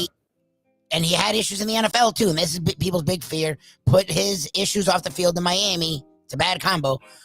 But when he was at Oklahoma State, when he finally rose up, he torched FSU. Like FSU with Jimbo was really good. And people were like, that's the guy that annihilated FSU. Like, he could play. People weren't sure if he was a freaking head case. But okay. Which he may well be. I mean, what are you going to do? Freak talent on the football field. Definitely. And when you throw in Waddle in there, and now you have Raheem Mostert, if he's recovered from his ACL tear, and you all of a sudden, Gesicki is a guy that's proven that he can catch passes and has some kind of chemistry going with Tua. Yep. And you've also added in 40% of your offensive line is now manned by guys that actually have proven that they're solid at their positions along the offensive line. At least that, and maybe even better than that. So, you now need to know that you had 3 offensive linemen of the 5 or 6 guys that you had in your rotation that could play. Well, the Hunt guy's good. Like, they have 3 dudes now that you can trust, which they didn't have last year. Like, I don't know. Look, we do this for a living, find the negative and exploit it and make fun of it or whatever. Sometimes you just got to go, good for them. Like they are being aggressive in a way you look. And I told Ken, because Ken's the one that will find the devil's advocate, and he wasn't wrong. Like the long ball wasn't Tua's thing, but first of all, supposedly he actually led the league in completion percentage on long balls. He just didn't do a lot because he didn't have time. But let's say that is his issue. He wasn't overly impressive throwing the ball. It's not amazing, but he doesn't do it a lot. Like he didn't have time to do it. But anyways, either way, what you've said the entire time we've done a show together is at least be interesting, at least be exciting. They're going to be that. Well, I mean, it could be a very hard offense to stop. Right? If you're going to what? You're going to try and double team Tyreek Hill and leave Waddle on a linebacker or some, schmo who runs like a 5.2 40. Because this guy is almost a carbon copy, is he not? A little bit of a carbon copy of Tyreek Hill. Yes, he's mostly mini Tyreek Hill. Plus, Gesicki is very much like Kelsey. He's one of the best pass-catching tight ends in football. And then Wilson, who people forgot the Dolphins signed, was a guy Cowboy fans didn't want to lose. Like, that guy's legit, and he's going to be your 3. And you still have Williams and Parker as your big receivers because you need big receivers. And they have less pressure now because they're not the 1 and the 2. I know, look, to me, it feels like the exact kind of roster you want to put around Tua, who is a guy who gets rid of it quicker than anyone in the league and is more accurate than anyone in the league. Well, we'll see how it works out. Yeah. Matthew Lesko. You don't remember that guy, right? The guy with the question marks on his jacket? Yes, I know Matthew Lesko. Is he like the perfect guy to have as a symbol of some of the questions that are often posed on these kind of shows and sports talk? 100%. If you could call this that. Yes. Anyway, good job by Dave Gurgles Gurgley. We want to get to some of these issues with Jason Cole, a real authority on the National Football League. The guy's great. Been doing it forever. And you can have your Schefters and all of these people that are always in a frantic mode to say that they came up with this information first. Jason Cole, tremendous at not only breaking the stories, but then on top of that, having a thorough analysis that makes sense. And he doesn't agree with much that we say. Yeah, honestly. Which is kind of interesting. Yeah. Very reluctant to come around to what I thought was just an obvious and basic premise, and that is that overtime games should just pick up where they left off in the National Football League. Well, he doesn't Perfect solution. Perfect solution. Overtime doesn't constitute a new game, okay? No, it does in basketball, in the sense that whoever wins that 5-minute period is going to win the game. But, you don't have that kind of guideline there where it's going to end at a certain time, right? I mean, would you give it to the team that gained more yardage in the 5 minutes if they played a 5-minute overtime? No, just pick up the game where it left off. Perfect solution, right? And if it ends in a tie after 10 more minutes, so be it. Then it's like kissing your sister. All right, we're coming back with Jason Cole and then John Feinstein going to join us. So back-to-back dynamite guests coming up here. Tomorrow, a Degenerate Friday. We're unaware of the status of Jersey Kyle. I sent him more of an annoying, terse text asking him if he was finished with the gambling concept. Are you done with the gambling show concept? Question mark. He's a busy guy. He hasn't answered it back yet. So. No, I'm sure he's not going to. I'm sure he's frustrated. Now he's going to be insulted. Yeah, I mean, come on, man. Don't be so figure it out. We always figure everything out. I don't know. That's what we sort of do. I mean, a great line, right? He ordered the No Way at Skyline Chili. That's smart. The 5-way was with beans and onions, and it definitely enhanced the overall slop that you were eating with the other stuff. Mayo almost, he licked the plate. Did you see this guy? I ate my sophisticated palate, right? Nah, he loves it. I ate my fat because I was hungry, but it's not like I wasn't like he enjoys it. He savors it, which is good for him. Each your own. Yeah. Jim Sarney, the great Jim Sarney, joined us out there too. Always a pleasure to see Jim. He was more. But I forgot to bring the shoes, and people would think that like you deliberately forgot it, like you forgot to bring your wallet. When you were supposed to pay. It happened to me last night playing tennis with my friend Big Jack. Oh, I left my wallet in the car, right? So do I want to wait an hour for him to limp out to his car and then come back, so he could pay the $7.50, or am I just going to go, okay, don't worry about it, I got it? That's what you have to do, right? Every now and then. But some people do that, after careful deliberations. They say, you know what? I'm going to leave my wallet in the car and see what Deforrest says. That's jerky, but yeah. I hope you're not doing that on purpose.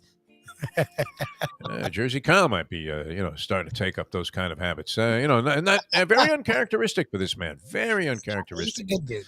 I don't know. when it comes to this stuff. I love the guy, man. I won't stop, admiring him as one of the great Americans of all time. But, it is what it is. Are you in or out? All right, back with more in a moment here on the Defo Show. People don't even know what we're talking about here, but it's only a matter of a couple of bucks, too. Back in a moment on the Defo Show. Jeff Deforrest, Mike Lubie, Lubitz. We have Jason Cole joining us. And tomorrow we will have a Degenerate Friday show. And we'll have more Mark Lawrence and the professor on fire. On fire! 7-0 the first night of the tournament. That's legitimate. 7-0. I have proof. He sent me these texts with games long before they tipped off, and all of them won. 7-0. Did I bet any of them, Lubie? Oh, no. No. I eked out a win with Vermont in just a pathetic. Had to be a real tough beat for their opponent. They were only getting 4.5 in this game. It was 5.5 when I looked at it in the morning.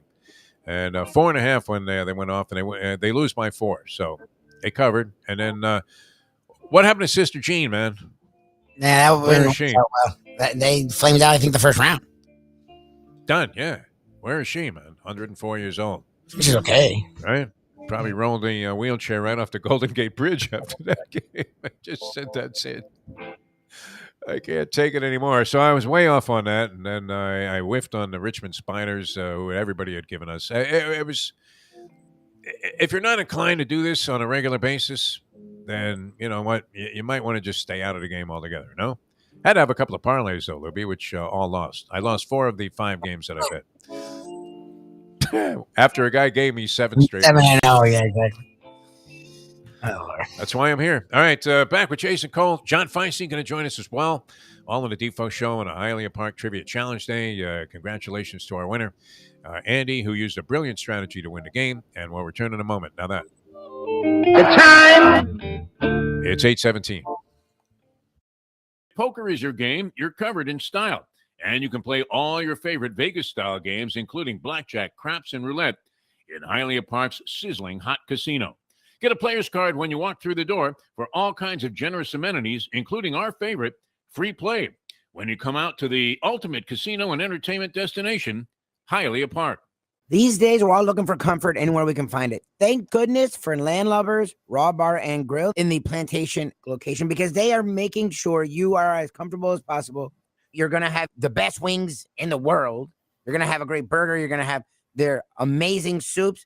Again, Landlubbers Raw Bar and Grill. It's nice and easy. Just go to landlubbersbarandgrill.com for both your pickup and free delivery. Thank goodness for Landlubbers for making you always feel right at home. Catholic Health Services is committed to care that changes as your needs do. Our full continuum of services is designed to be there throughout your care journey. If you need assistance with daily living, post-acute care following a serious health event, or additional medical care at home, we also offer skilled nursing and palliative and hospice care. Your care needs may change, but our commitment never does. Catholic Health Services, South Florida's #1 choice for post-acute and end-of-life care. Visit CatholicHealthServices.org.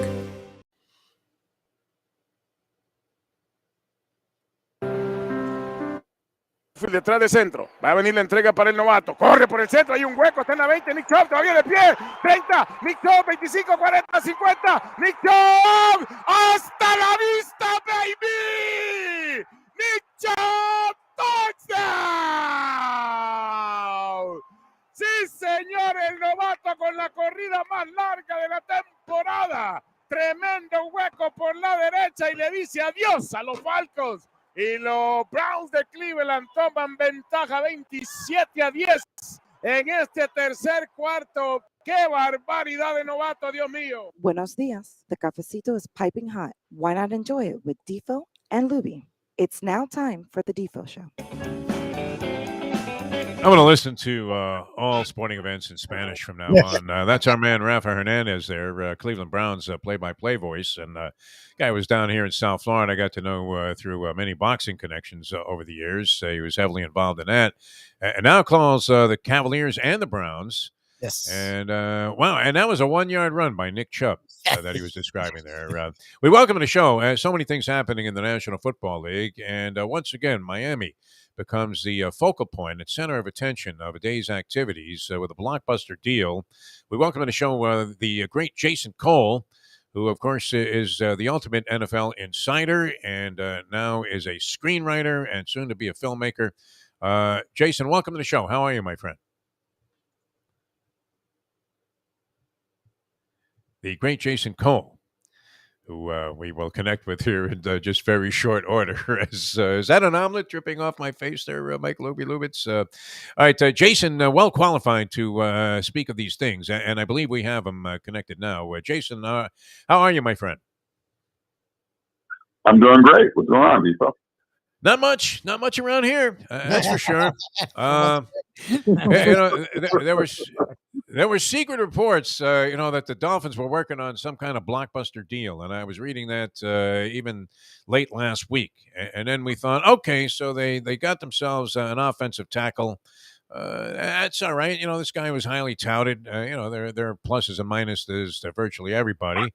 But we thought, okay, if that's a blockbuster deal, that's great. And then what happens?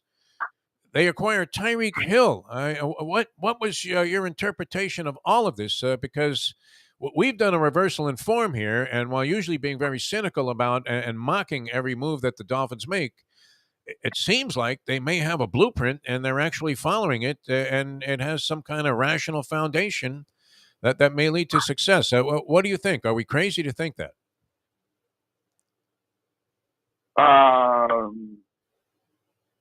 This is not part of a blueprint. This is part of something that just happened, and they took advantage of an opportunity. But I don't think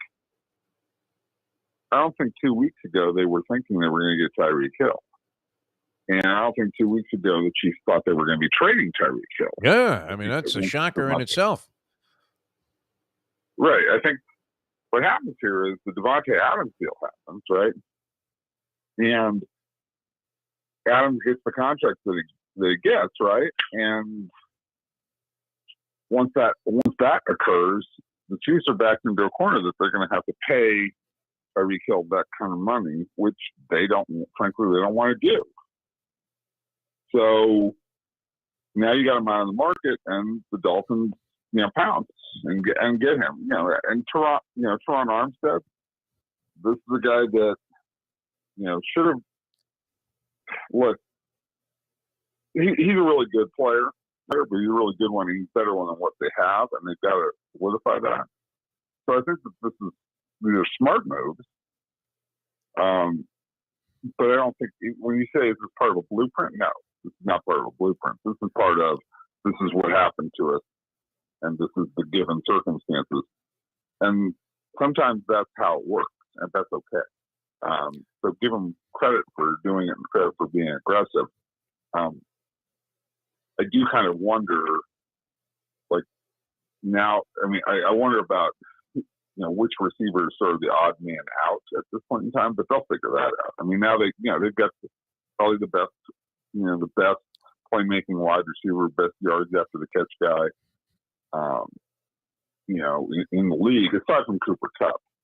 But Tyreek Hill is a better player than Cooper Kupp. He changes what the defense has to do far more than Cooper Kupp. Tyreek Hill is a dangerous person on a football field. Well, and you can't overlook the fact that Waddle had a sensational year last year by any standard. And yet we found ways to mock the Dolphins because they traded out of a position where they might have been able to take Jamar Chase, who appeared to be the more dynamic type of receiver that they had been missing for a long time. But when you put Tyreek Hill in a lineup with Waddle, that seems to be a very explosive potential offense. And then McDaniel, his area of expertise is supposedly developing innovative running games. And you add that in, and maybe you remove the wart from the nose there of King Lear to a Tagovailoa, and he becomes a more effective player. I thought that they were following some kind of a plan, but if this was happenstance, then certainly it represents a change in the right direction that they were able to capitalize on it. Now, let me ask you this, Jason, because it struck me that are draft picks not as valuable a commodity as they once were, because teams are willing to trade like 3 first-round picks for Deshaun Watson plus other draft considerations, and it's not like just monetarily, but Tyreek Hill for a wide receiver came at a pretty hefty price. Yeah, but these are star players. I mean, Devontae Adams is arguably the best wide receiver in the league. Tyreek Hill is the guy that you would argue next is the best receiver in the league. Deshaun Watson is a franchise quarterback who you're going to have for 10 years. This is the price of doing business, of getting established stars with that kind of talent. I don't think there's any question that this is what you have to do. So when you go in, when you push in your chips for these kind of guys, you have to go all in. So I'm not surprised at the price tag of those guys. And I don't think it's any comment on the value of the draft. You still have to have draft picks, but I just think that these are not normal players who get traded.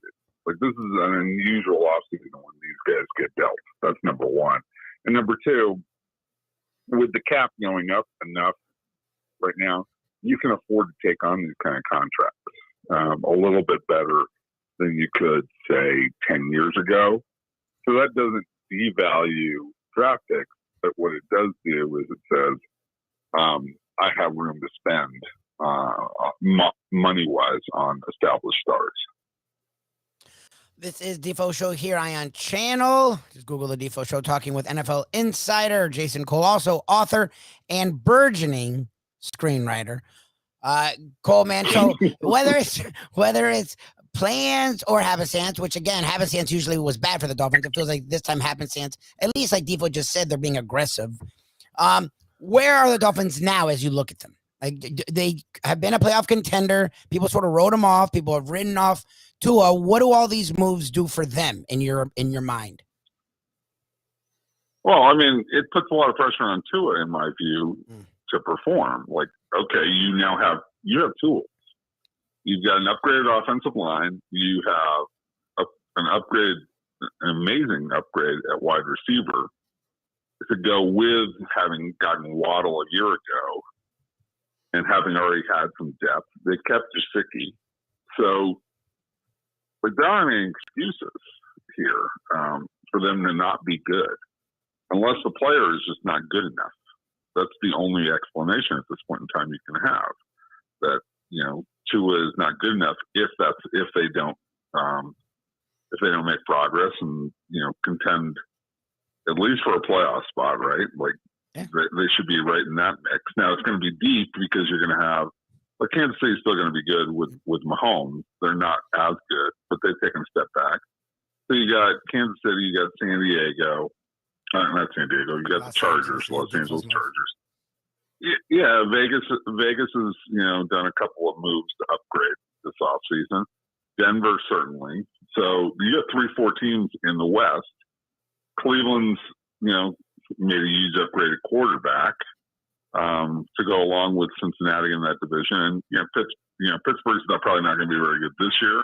But Pittsburgh and Baltimore are consistent teams that know how to win. In the AFC South, okay, there's not a lot that's great there, but Indianapolis gets Matt Schaub, which is an upgrade for them over Carson Wentz.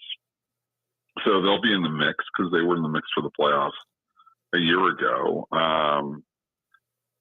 Tennessee is a nice solid team. But, those two, and then you got Buffalo and Miami at the very least, with New England being a consistent contender as well.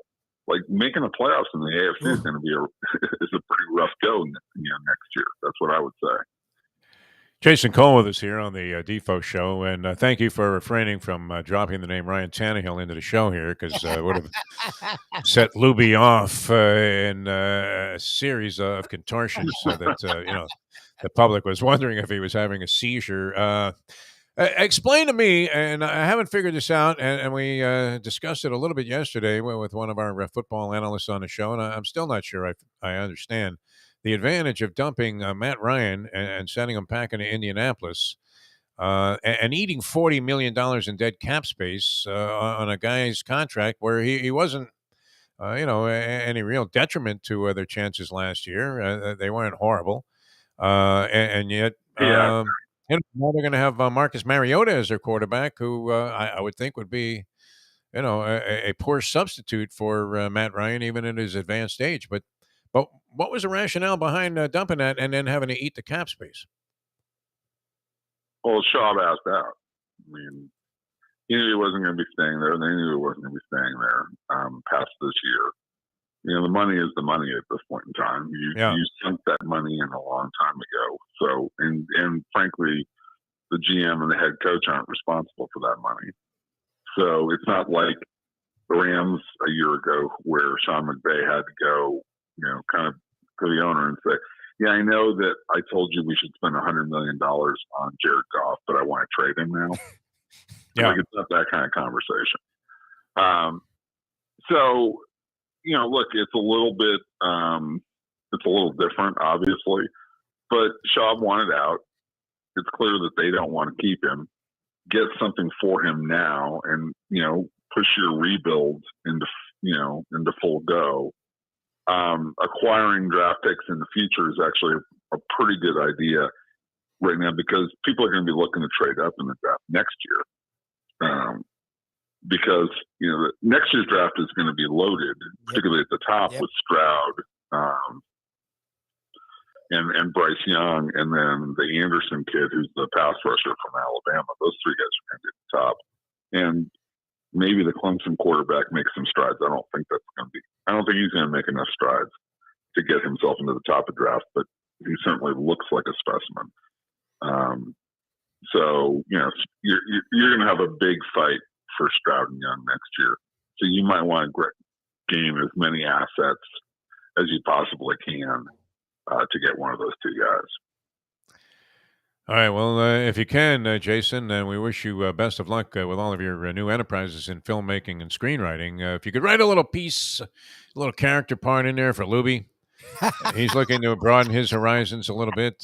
He does have some acting chops. I'm saving that for an entire Lubie. That's what's going to happen. Yeah. Do the Lubie movie. Turned out he had played Moses in Hebrew school. We found out yesterday from a guy who is in the film industry out in L.A., a friend of his.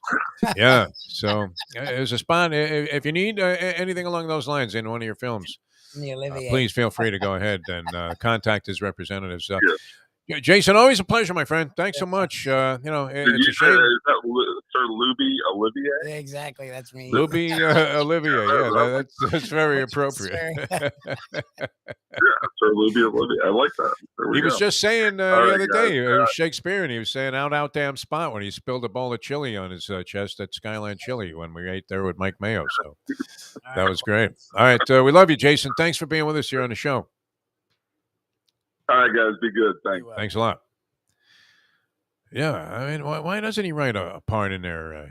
All these guys that are screenwriters. Your buddy from Hebrew school? My buddy promised me my whole life. Literally, I've known him since 9 years old, and we'll feature our conversation with him tomorrow right here at about Justin Leader. I mean, and he's going to come on the show. Life, and then he gets big. And he's like, oh, never mind. I'm like, thanks, Justin. Yeah. My whole life, he's promised me. He's like, you're a character. I literally and we'll talk about it. You touch on it. That thing that I did for him was spring break. I was in Tallahassee. I drove down just to do the movie. Yeah. And then had to drive back to Tallahassee because I had tests and a job to get to. And I did that to be in his student film.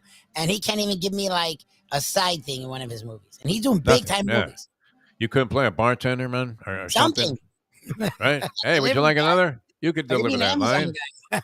They gave you 15 takes. Could you say, hey, would you like another? Yes, 100%. All right. I'll audition you right here on the show. All right, we're coming back with John Feinstein. That's going to be a lot of fun. Thanks to Jason Cole for joining us. Of course, it was a red-hot competition there in the Hialeah Park Trivia Challenge. I'm Jeff Deforrest. He is Mr. Thespian himself, Mr. Mike Lubitz, ready to take on any acting role, any acting gig. And, we're not acting when we're telling you that Hialeah Park is a dynamite place to go, man. People are winning jackpots, doing all kinds of great stuff. Coming back with John Feinstein here on the Defo Show in a moment. Now that. The time. It's 8:34. Tony Segreto here. Let me ask you a question. What do you look for when you go out to eat? Good food, obviously, friendly atmosphere, not too loud, but good energy, reasonable prices, and a place where you feel comfortable. You're talking about the Texas Roadhouse. Good for a family, good for a date, or just a night out for yourself, and prices that will make you extremely happy. Their ribs unmatched. Steaks hand-cut every day. Everything, and I mean everything, is made on site, including their incredible bread. Trust me when I tell you, Texas Roadhouse, your restaurant, your destination when you say, where should we go and eat tonight? From the newly renovated sports bar to the beautiful bayside views captured at the Tiki Bar, Jimmy Johnson's Big Chill has it all. Located at mile marker 104, the Big Chill also offers waterfront dining while experiencing breathtaking sunset views of the Florida Keys. It's simply the hottest spot in the Keys to cool off. That's Jimmy Johnson's Big Chill at mile marker 104 in Key Largo. For more information, call today at 305-453-9066. Any time of year, things can happen to your home or business, and the insurance company can be your friend, but they also can be your enemy. Horizon Public Adjusters, Justina Testa, are here for you to help this process go so much easier. 7 to 10 times more money recovered with a public adjuster than if you went on your own. If there's no recovery, there's no fee. Before you call your insurance company, call Horizon Public Adjusters and Justina Testa at 954-809-8752.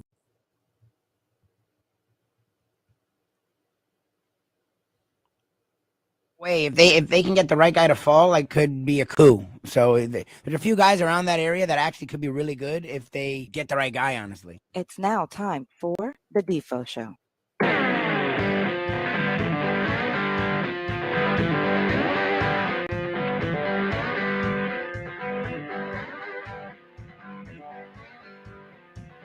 All right, welcome back to the show. Jeff Deforrest, Mike Lubitz with you here on Ion Channel, streaming audio and video around the entire universe here, and growing by leaps and bounds with each passing day. And a lot of that is due to the people that we're just absolutely delighted to have on the program on a regular basis of some sort. And this gentleman, always one of our favorite conversations when you're talking about anything with the world of sport involved, or anything in the world for that matter. And of course, we always tease him, but it happens to be true that he has written and authored more books than we have read cumulatively, both Lubie and I, in our lifetime. 100%. Welcome to the show, the great author and commentator and great human being, Mr. John Feinstein. John, how are you, my friend? Gentlemen, I'm good. It's good to talk to you again. I have a feeling our mutual friend Leslie Visser might disagree with that last yes. introduction. She was hoping to see you in the stands sobbing with those young students at Cameron Indoor when Coach K lost that last regular season game to North Carolina. If I'd been there, I probably would have been sobbing, but I wasn't there. So, in fact, I was at another game that night. I did record it because I wanted to see the ceremony afterwards, which was incredibly awkward after Duke lost. But yes. I was not there. I was at another game. Well, and this is interesting, too, because among your many talents, and we didn't really, realize this, that you are doing college basketball games for ESPN Plus. Now, are you doing play-by-play, color commentary? People, yeah. Yes, I've done it for a while now. It's funny. The very first time I did a color on a game, it was a game between American University and James Madison when Lefty Drizel was the coach at James Madison. And before the game, the director said to me, well, now you would agree that you don't understand the X's and O's of basketball the way a former coach would or a former player would. And I said, I spent an entire season watching Bob Knight work. I was in every meeting. I was in every practice. I was in the locker room during games, on the bench during games. Unless I'm a complete idiot, I had to learn something about basketball. And I imagine so, yeah. Since I was a kid. So I hate this notion that because you're an ex-coach, you can do commentary. Red Auerbach said to me years ago, all these guys on TV who claim to be so smart, why are they all fired coaches? Well, nobody ever fired me, and I enjoy it. I think my approach is different. I do know the X's and O's, for crying out loud. I can recognize the zone defense, but I try to still tell stories during the game when the opportunity comes, about the players, about the coaches, about the schools involved. If I was doing the St. Peter's game in Philly tomorrow night. I would talk about seeing Elnardo Webster play when I was a kid growing up in New York City, who was a great player at St. Peter's on a team that beat Duke in the NIT. I don't think a lot of guys have that sort of background to tell that sort of story. So I have a good time doing it. In other words, the producers were fearful that you would be doing exactly and precisely what all color analysts should be doing, which is illuminating things by providing color.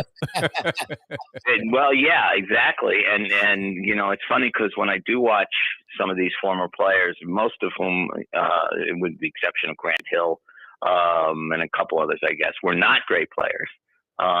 When they have nothing to talk about, they resort to talking about their own playing career, which normally isn't very exciting. Now, I happen to think one of the best is Dan Bonner, who was not a great player at Virginia and would be the first one to tell you that.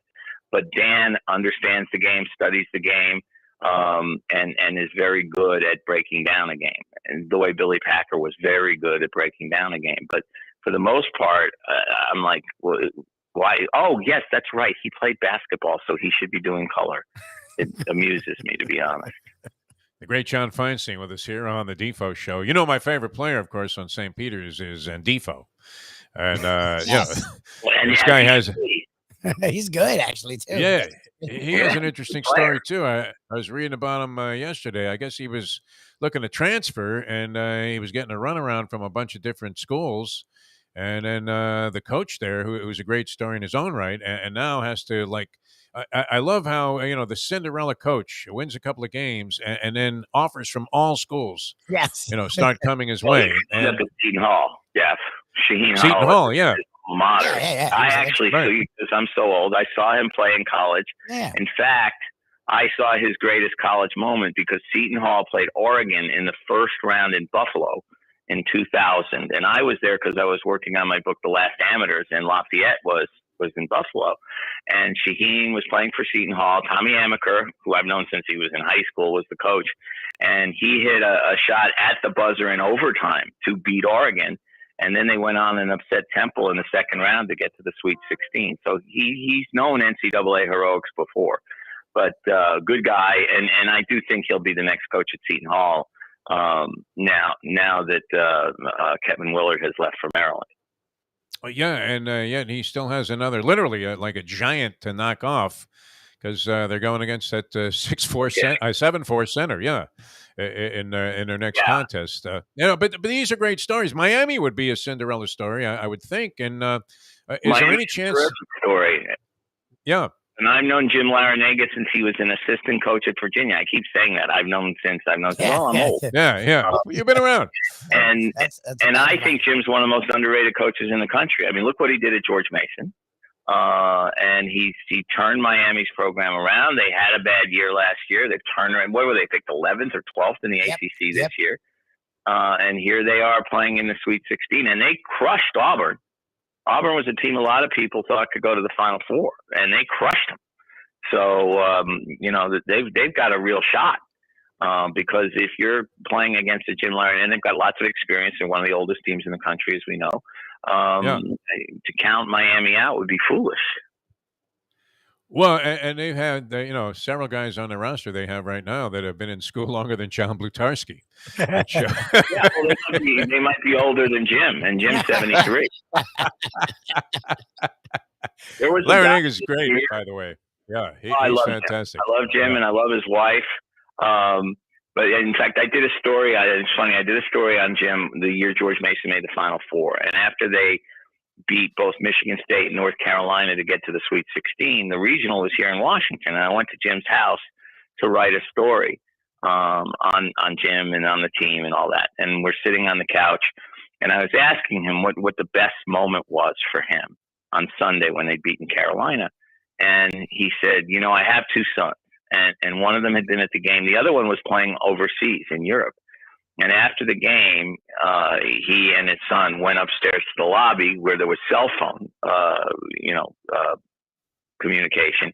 And they called his son in Italy, I think it was. It must have been, 1 o'clock in the morning over there. And as he started to tell the story, he started crying. Wow. And Liz walked into the room and said, You're talking about the boys, aren't you? And he just kind of nodded. And he said, there's no crying in the Sweet 16, is there? But there was. No, he's a basketball treasure. Then he went on from there to the Final Four. The other quick story I'll tell you guys about that Final Four run, you might remember the day the bids came out. Jim Nantz and Billy Packer were outraged that George Mason was in the field. Yep. Outraged. And they rarely get outraged. You know, usually the CBS guys just sit there and tell the chairman what a great job he's done. Craig Littlepage was the chairman. And Nantz literally held up George Mason's schedule and said, you show me on this schedule where they've had wins that entitles them to a spot in the field. You show me. And Craig very calmly answered and pointed out they'd won at Wichita State, which was a very good team. Mark Turgeon was the coach, and and how good the CAA was as a league, which it was at the time. And so when Mason beat Connecticut, as Jim was sprinting to join, the scrum, he went right past me and he looked at me and he said, I can't wait to see Nantz and Packer in Indianapolis. So that Wednesday night, as luck would have it, I was having dinner in the famous St. Elmo's Steakhouse. I'm sure you guys have been there. Did you have the shrimp cocktail? And when I walked in, the manager, who I knew a little bit, said, hey, the Mason team's having dinner downstairs in one of our private rooms. And I said, oh, cool. And my friend and I were sitting there, and Nantz and Packer came in. And they walked to the table, said hello. Nice. And I said, hey, guys, Mason's having dinner downstairs, and I'm sure Jim would love to see you. Nantz got it right away. And he made a beeline to go downstairs. Oh, good for Billy sat down with us. Now, understand, I always liked Billy. I really did. Didn't do. Very smart guy. And he sits down, and I said, aren't you going to go downstairs? And he says, for what? And I said, to apologize. He said, I don't have anything to apologize for. I said something and I stand by it. I said, except you were wrong. And he goes, yeah, I guess you're right. Jim, and we have many conversations with Jim Larranaga because obviously he's here in our hometown and he's a wonderful guy to interview. And he does, have like an historic sort of chip on his shoulder. Kind of approach, and I could easily see him saying that even in the euphoria of the moment, he would still think to take a shot at Packer and Nantz, who uncharacteristically, as you said, John Feinstein, we're disparaging. They beat on that run. It was insane. They beat Michigan State. Yeah. They beat North Carolina. They beat a very good Wichita State team for the second time, and they beat Connecticut. Yes. All teams, with Hall of Fame coaches.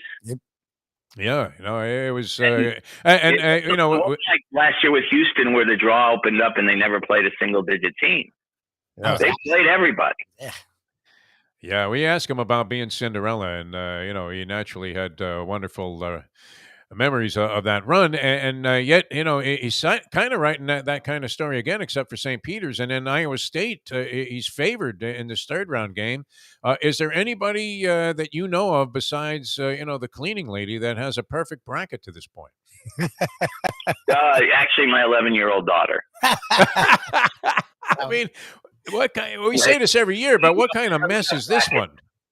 Yeah. Well, it's great, obviously. This is a true story about brackets. In 1989, when I was married to my first wife, and this might be why I describe her as my first wife, she was doing a bracket in her office pool, and she was one of those people who picked teams because she liked their uniforms, or the coach was good looking, or stuff like that. And she, in the Sweet 16, she picked Seton Hall to beat Indiana. And I said, if there's one team I know something about, it's Indiana. And they're not losing to Seton Hall. I'm not telling you what to do. She said, but my dad went to Seton Hall. I said, it's fine. You go ahead and do it. But I'm telling you, Indiana's going to win that game. So she changed it. Seton Hall won by 20, went to the national championship game. And she would have won the pool if she hadn't listened to me. And it took a while, but she eventually divorced me. It's grounds for divorce right there. Messing up a pool-taking bet. Yeah. My God. How much was in the pool? Do you remember? I mean, I don't remember, but probably a lot less than was involved in the divorce. He paid for it. Eventually, I Sure. paid for it. Yeah, you paid for it many times over. I would imagine, and your attorneys were very happy about that. But you know what? That's what they say, and I'm not sure what the circumstances were, but everybody says, "Why is divorce so expensive?" And that's because largely it's worth it. Yeah. And I got my 11-year-old daughter as a result, so I'm fine. All right. Now, you mentioned the what is it? It's St. Elmo's. Is that the restaurant or is that the hospital? Elmo's in Indianapolis. And we have a problem with that place because we went in to try and get a table, and we were told there was no available seating there. We were covering a Super Bowl there when Lubie and I first met. It would have to be like 12 years ago. They had a Super Bowl in Indianapolis for some bizarre reason, and so we try to get in there, and the guy tells us to basically go bleep ourselves, and then Jim Gray strolls in with no reservation, and they seat him right away. Jim freaking Gray. And we were insulted, and then we started thinking, what is this restaurant known for? A shrimp cocktail. How hard is it, John Feinstein? Do you have to be Emeril Lagasse to come up with a shrimp cocktail that is appealing? I'm telling you, though, I eat shrimp, but I eat it without cocktail sauce. I'm one of those people. I don't eat butter on top of food, stuff like that. Yeah. But people who do eat shrimp cocktails tell me it is the best shrimp cocktail. I've literally seen people with it's a horseradish sauce with tears in their eyes while they're eating the shrimp cocktail, and then they ask for more. Okay. And the steaks are fantastic. But I would say to you that the next time there's a major event in Indy and you want to go, don't drop my name. Call 6 months in advance and you'll get a table. And you know what happened last year? This true story. Last year, my friend Dick Weiss and I had a reservation there for Sunday night at the Final Four. Reservations weren't nearly as tough as normal because, there were no fans. Yeah. And Saturday night, during that great UCLA Gonzaga game, my phone rings, and it's St. Elmo saying, "We're sorry, we have to cancel your reservation for tomorrow night." And I was like, "What, did Jim Gray get my table?" And they said, "No, we've had an outbreak of the coronavirus. 9 people. Oh, no. And they had to shut down." Good for them. Which is pretty heartbreaking because I love that steakhouse. I've been going to it since the 1980 Final Four, excuse me. Wow. We went to White Castle eventually, which is also very big. I think that's their hometown or home White base. Castle was big in my life growing up in New York City. It was right across the street from the old Madison Square Garden. I used to go and eat like 12 of those little tiny hamburgers. Well, we missed the Super Bowl, though, because we were on the toilet the rest of the trip. That I believe.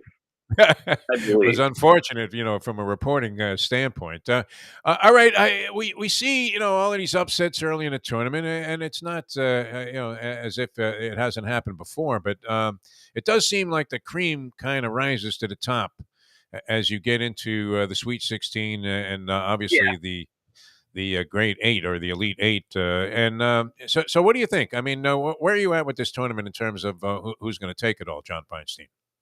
Well, I said before the tournament started that I thought Gonzaga was the best team. I've not changed my mind, even though they had a tough time in the second round. You're supposed to have a couple tough games. I mean, about the only teams I can remember that breezed through the entire tournament were Indiana in 1981 and Kentucky in 2012, who were never seriously challenged winning national championships. Almost everybody else has to survive a game or two. Sometimes more, but I'm not surprised Gonzaga had a tough out on Sunday or Saturday night. I was a little surprised, to be honest, that Duke pulled that game out at Michigan State. Not because I didn't think they could beat Michigan State, but because their pattern this year has been if they get behind, they're not winning. And when they were down 65-60, I honestly thought they were going to lose. Michigan State is always tough-minded under Tom Izzo. This particular team hasn't been that tough under Mike Krzyzewski because they're so young. I mean, it sounds like an excuse, but it's a fact. And they did dig in, and they went to the basket, and they made shots, and they guarded down the stretch. I think the last however many minutes, 3 minutes of the game, they outscored Michigan State 13-2. And I was surprised, a little surprised and impressed by that. Carolina didn't shock me beating Baylor because I thought Baylor was easily the weakest of the 1 seeds, partly because of their injuries and because of all the people they lost. But Carolina's been Jekyll Hyde all year, and they were Jekyll Hyde in that game. They were up 25 for 30 minutes and then blew the entire lead and had to win in overtime. So you just don't know, especially these days with all the transfers and the one and dones and things, which team is going to show up for everybody on a given night. I still think this might be Gonzaga's year. I'd love to see Mark Few win a national championship. He's been so good for so long. And I'm not sure he's gotten the recognition he deserves because he has not yet won a national championship. I mean, my friend Tony Kornheiser goes on PTI all the time and says, well, Gonzaga gets hurt by their conference. Well, they're 20-6 in the tournament the last 6 years, not including 2020, of course. And they've been to 2 national championship games, 2 Elite Eights, and 2 Sweet 16s. That ain't bad. In fact, I'm betting it's the best record anybody has, although they have not won a national championship. So it's interesting what you say about cream rising, because we did have a stretch there where Cinderellas did make the Final Four. George Mason made it. Butler made it twice and came within inches of winning in 2010. VCU made it in 2011. But that hasn't happened as much in recent years. When we get to the Final Four the last few years, it's been the name teams making it there. I think it's a lot more interesting. Like, if St. Peter's made the Final Four, I'd walk to New Orleans to see them. Now, I don't think they're going to, but you realize they're only the third 15 seed to make it this far? Wow. That is surprising, 37 tournaments. So that makes them a serious Cinderella right now. All great stuff. John, always a pleasure. I'd ask what you're working on, but you're probably, you have the games coming up that you're calling on ESPN+. I do, but, you guys know my book, Raise a Fist, Take a Knee, came out in November. Yeah. You were kind enough to have me on to talk about it. And by the way, it's not going to be the best-selling book I've ever written, but it probably has gotten the best reviews. Nice. Because it's on such an important subject, and that's been very gratifying for me.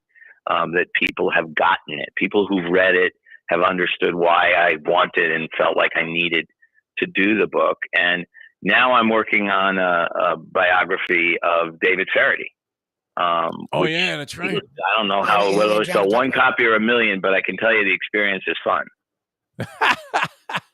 A night out with Faraday has to be an interesting proposition. No doubt about it. He's John, a fascinating life, for better and worse. And he's also the 2 funniest people I've ever met in sports are Jim Valvano and David Faraday.